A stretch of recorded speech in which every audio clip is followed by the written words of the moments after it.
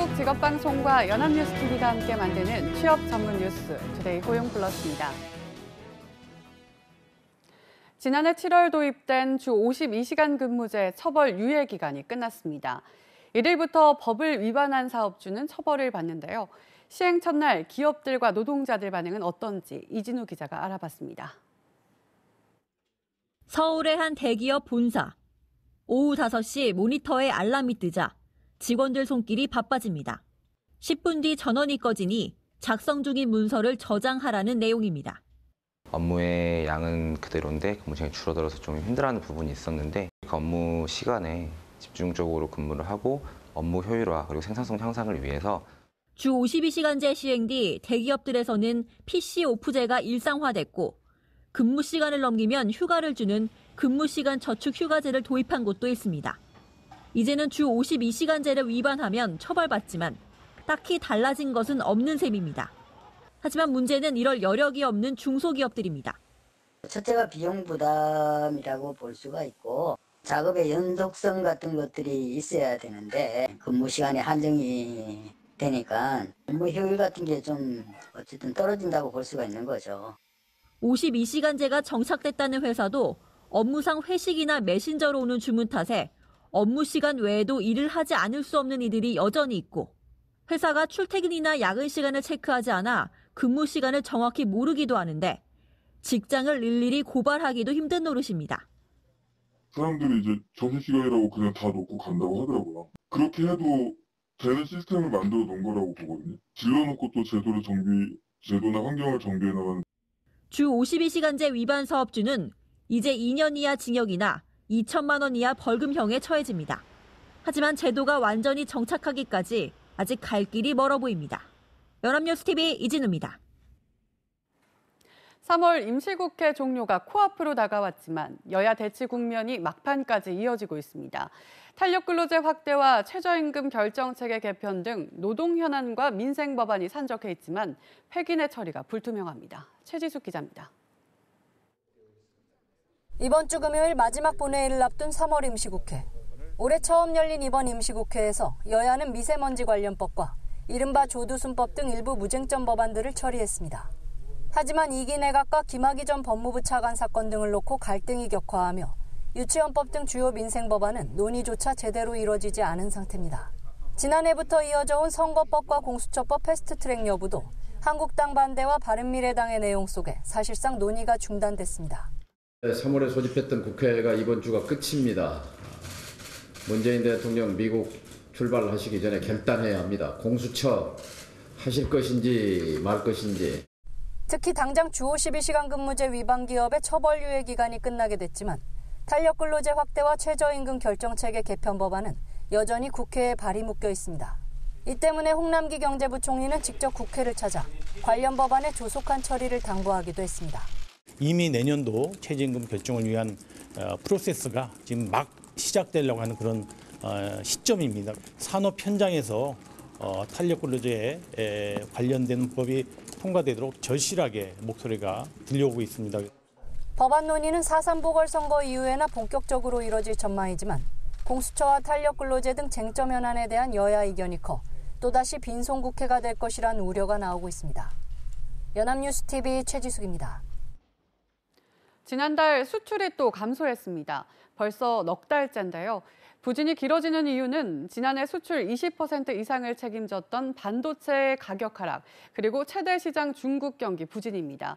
정부나 기업의 노력으로 반전이 쉽지 않은 부분이라 걱정을 더하고 있습니다. 곽준영 기자입니다. 지난달 수출은 1년 전보다 8% 넘게 감소한 471억 1천만 달러. 지난해 12월 시작된 감소세가 넉 달째 이어진 겁니다. 2014년 10월부터 2016년 7월까지 19개월 연속 마이너스 뒤 가장 긴 감소세입니다. 이번에도 발목을 잡은 것은 최대 수출 품목 반도체였습니다. 지난달 수출액이 90억 달러로 지난해 3월보다 16.6% 줄며 지난해 12월 시작된 역성장이 이어졌습니다. 글로벌 IT 산업의 수요 부진과 이에 따른 가격 하락세 탓입니다. 반도체 영향을 제외할 경우 3월 수출은 5.9% 감소에 그칠 정도로 반도체가 3월 수출 부진에 미친 영향이 컸습니다. 반도체만 아니라 13대 주요 수출품 중 선박을 뺀 석유화학과 가전 등 나머지 전 품목이 뒷걸음질했습니다. 지역별로는 수출의 4분의 1을 차지하는 최대 시장 중국으로의 수출이 15%가량 줄어든 점이 타격이었습니다.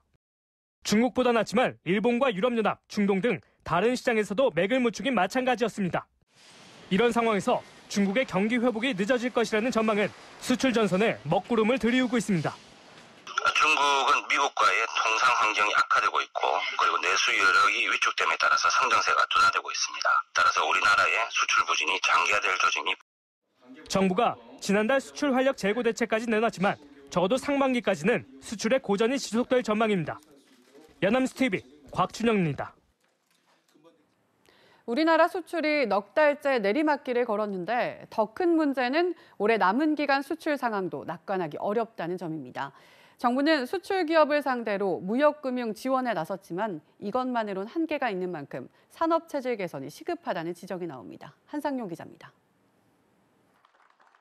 수출이 넉 달 연속 감소하자 정부도 수출 비상등이 켜졌음을 인정했습니다. 수출이 올해에는 어려운 흐름을 이어가고 있습니다. 이러한 수출 위축은 글로벌 경기 둔화, 또 보호무역주의 확산과 같은 대외 리스크와 주요 품목의 단가 하락. 문제는 전체 수출에서 20% 넘게 차지하는 반도체 경기가 더 위축될 가능성이 크다는 겁니다. D램과 낸드 플래시 가격은 급락을 거듭하는 가운데 올해 세계 반도체 시장 성장률이 마이너스 3%를 기록할 것이란 전망도 나왔습니다. 여기에다 우리의 최대 수출국인 중국마저 매년 경제 성장률이 둔화하다 지난 2월엔 수출도 대폭 줄었습니다. 상황이 이렇게 되자 정부는 수출 활력 회복 차원에서 무역 금융 지원에 나섰습니다. 우선 수출 기업이 외상 수출 결제일 전에 총 1조 원 규모의 수출 채권을 조기 현금화할 수 있게 하는 보증 프로그램을 개시했습니다. 또한 기존에 발급된 중소, 중견 기업의 수출 자금 보증권의 경우 향후 1년간 감액 없이 전액 연장해 주기로 했습니다. 하지만 특정 수출 산업에 대한 지나친 의존을 줄이고 신규 산업을 육성하는 등 대대적인 산업 체질 개선이 무엇보다 중요하다는 목소리가 나옵니다. 국제 경쟁 환경과 관련되어 있기 때문에 우리 정부가 정책적으로 개선하는 데는 한계가 있다고 생각되고요. 그러나 다른 수출 경쟁력을 가진 산업들을 육성하기 위한 급변하는 4차 산업혁명이라든가 급변하는 세계 무역 환경 변화에 따라서 무엇인가 선투자를 해서 미리 준비를 하거나 아니면은 수출 다변화. 이와 함께 우리 노동시장의 경직성 완화, 전체적인 비용 구조의 개선도 해결 과제라고 전문가들은 지적했습니다. 연합뉴스TV 한상영입니다.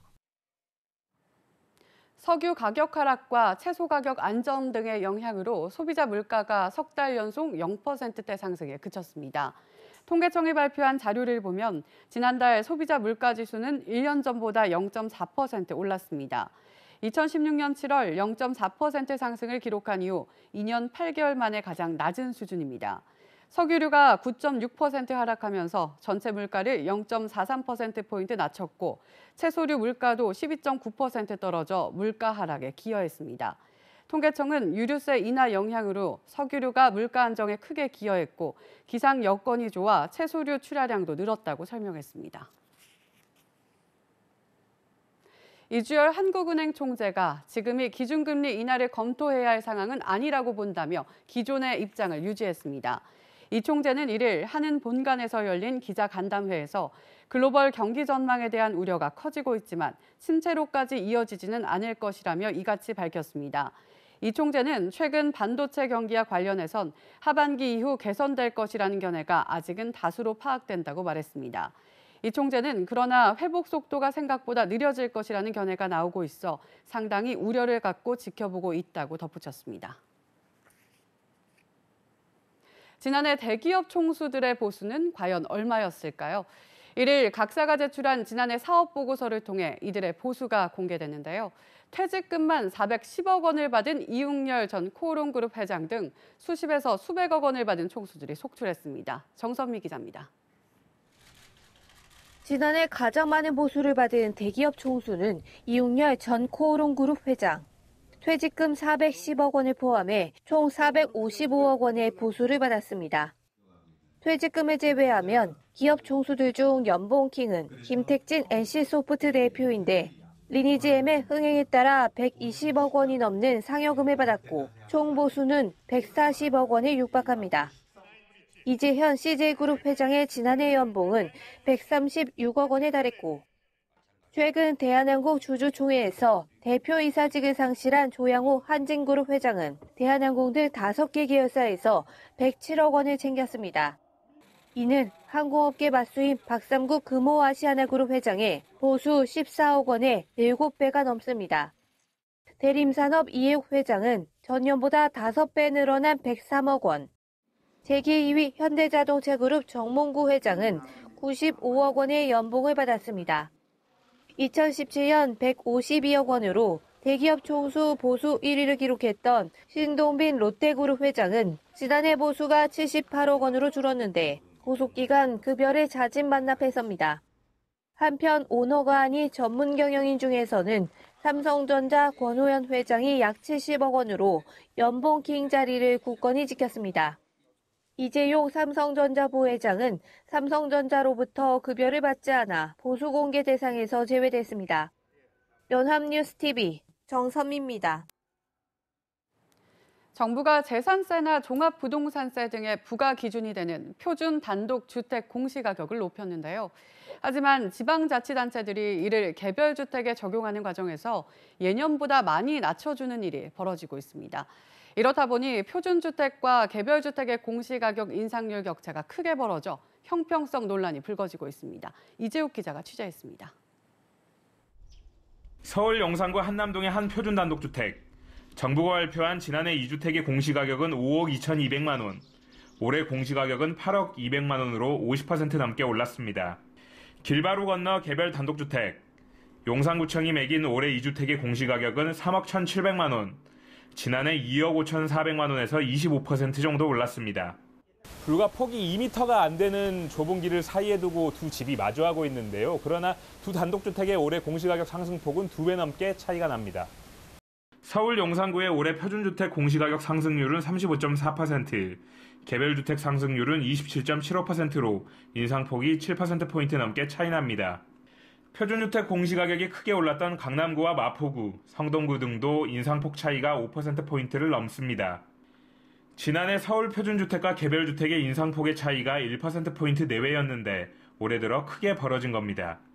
급격히 오른 표준주택 공시가격을 그대로 반영하기에는 지자체가 부담을 느꼈을 것으로 보이는데 공시가격은 세부담의 기준이 되기 때문에 지자체가 자의적으로 낮춘다면 형평성 논란이 생깁니다. 지자체의 장들이 지역 구민들의 눈치를 많이 본 것 같고요. 역시 이런 것들이 누적되면 역시 시장 참가자들한테는 안 좋은 신호를 줄 수 있다. 한편 올해 공시가격이 가장 비싼 개별 단독주택은 이건희 회장의 한남동 자택으로 지난해보다 52.4% 오른 398억 원을 기록했습니다. 연합뉴스TV 이재욱입니다.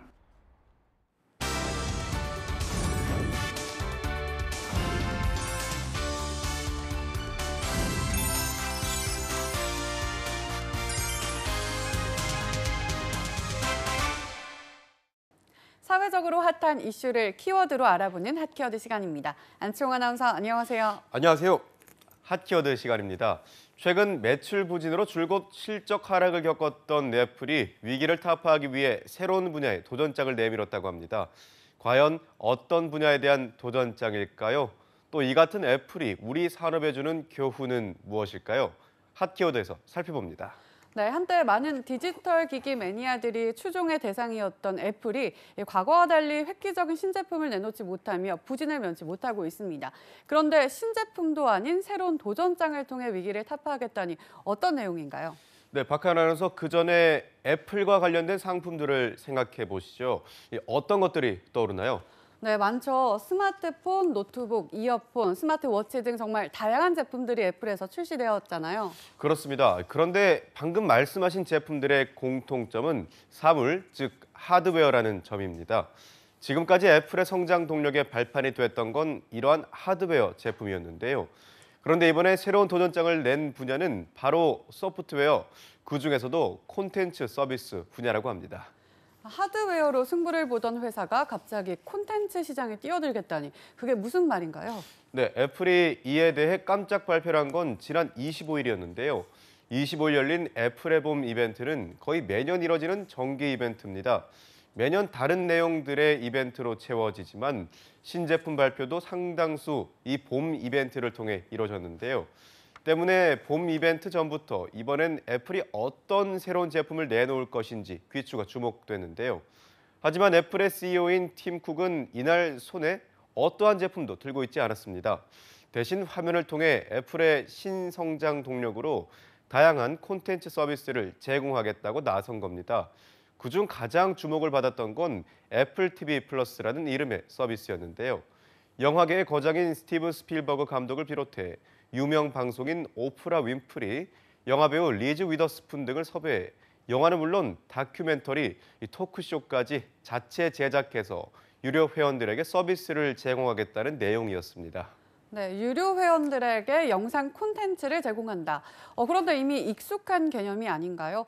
미디어 콘텐츠를 제공하는 서비스인 OTT 업계의 강자인 넷플릭스나 우리나라의 푹, 옥수수와 비슷한 개념의 서비스라는 거잖아요. 그렇습니다. 이미 넷플릭스 등 많은 선두주자들이 몰리면서 포화 상태인 바로 그 OTT 시장을 이야기하는 건데요. 늘 새로운 제품을 선보였던 애플의 야심찬 계획이라기엔 다소 실망스러운 면도 없지 않습니다. 업계의 일부 관계자들은 이미 애플이 뛰어들기엔 너무 늦은 시장이라는 이야기까지 나왔는데요.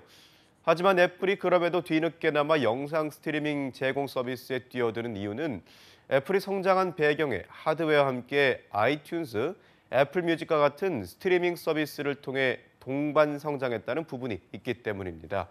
그러니까 스마트폰, 노트북과 같은 디지털 기기들에서 제공되는 고품질 서비스가 지금의 애플을 만들어 놨다는 거죠. 이를 통해 애플이 한 번 더 도약할 기회를 마련하겠다는 건데요. 올해 가을부터 제공될 애플 TV 플러스에 애플은 연간 10억 달러, 우리 돈으로 1조 1,300억 원을 투자할 예정이라고 합니다. 네, 그런데 아무리 기존 애플 충성 고객이 많다고 하지만 이미 전 세계 1억 명 이상의 구독자를 보유한 넷플릭스나 다른 영상 콘텐츠 제공 업체를 뚫을 수 있을지는 의문인데요. 네, 그렇습니다. 하지만 애플이 제공하는 서비스는 이뿐만이 아닌데요. 애플 뉴스 플러스라는 기존에 무료로 제공되는 뉴스 서비스의 유료 버전을 출시하겠다고 한 겁니다. 월 9.99달러, 우리 돈으로 약 11,000원을 지불하면 300개의 잡지 회사 및 언론사의 기사를 구독할 수 있다는 건데요. 유료 서비스 목록엔 보그, 또 GQ 등 패션 잡지를 포함해서 월스트리트 저널, 로스앤젤레스 타임스, 롤링스톤, 뉴요커 등의 언론사가 포함되어 있습니다. 하지만 주요 언론사인 뉴욕타임스와 워싱턴 포스트가 빠지며 성공 여부에 대한 우려의 목소리도 만만치 않은데요. 그럼에도 애플은 뉴스 플러스의 장점으로 사생활 보호 부분을 강조하며 최근 문제가 되고 있는 개인정보 수집에서 자유로울 수 있다는 강점을 내세웠습니다. 이 밖에도 게임 구독 서비스인 애플 아케이드, 애플페이용 신용카드인 애플카드까지 공개하며 주력 업종을 완전히 바꾸고자 노력하고 있습니다. 네, 지금까지 디지털 기기의 최강자 자리를 유지해왔던 애플이 주력 분야를 콘텐츠 서비스로 바꾼다니 정말 의외입니다. 한편으론 애플로서 새로운 분야에 대한 도전인데 과연 성공할 수 있을까란 의구심도 들고요. 네, 애플이 이처럼 콘텐츠 서비스에 주력하게 된 배경에는 계속되는 매출 하락에도 서비스 부분 매출만큼은 지속적인 성장세를 보였기 때문이라고 합니다. 하지만 이번 발표 이후 주가는 오히려 1.2% 하락했는데요. 뿐만 아니라 출시 발표 하루 만인 26일엔 뉴스 앱이 제대로 작동하지 않아 서비스 완성도에 의구심까지 갖게 했습니다. 그런데 이러한 애플의 반란은 우리와도 무관하지 않습니다.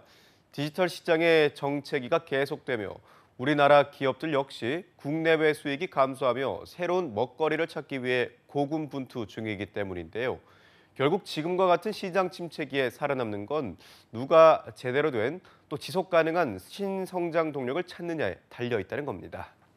네, 휴대폰 시장이 정체기일 때 애플은 아이폰이라는 혁신적인 스마트폰을 내놓으면서 시장을 장악했습니다. 이제 시간이 흘러 애플을 뛰어넘는 또 다른 애플을 맞이해야 할 시대가 오게 된 것 같습니다. 그 주인공이 다시 애플이 될 수도 있겠지만 바라건대 우리 기업 중 하나가 애플을 뛰어넘어 신성장 동력을 이끄는 주인공이 되길 희망해 보겠습니다. 지금까지 하키워드 안치홍 아나운서였습니다. 고맙습니다. 고맙습니다. 지금까지 투데이 고용 플러스였습니다. 오늘 저희가 준비한 내용은 여기까지입니다. 함께해 주신 여러분 고맙습니다.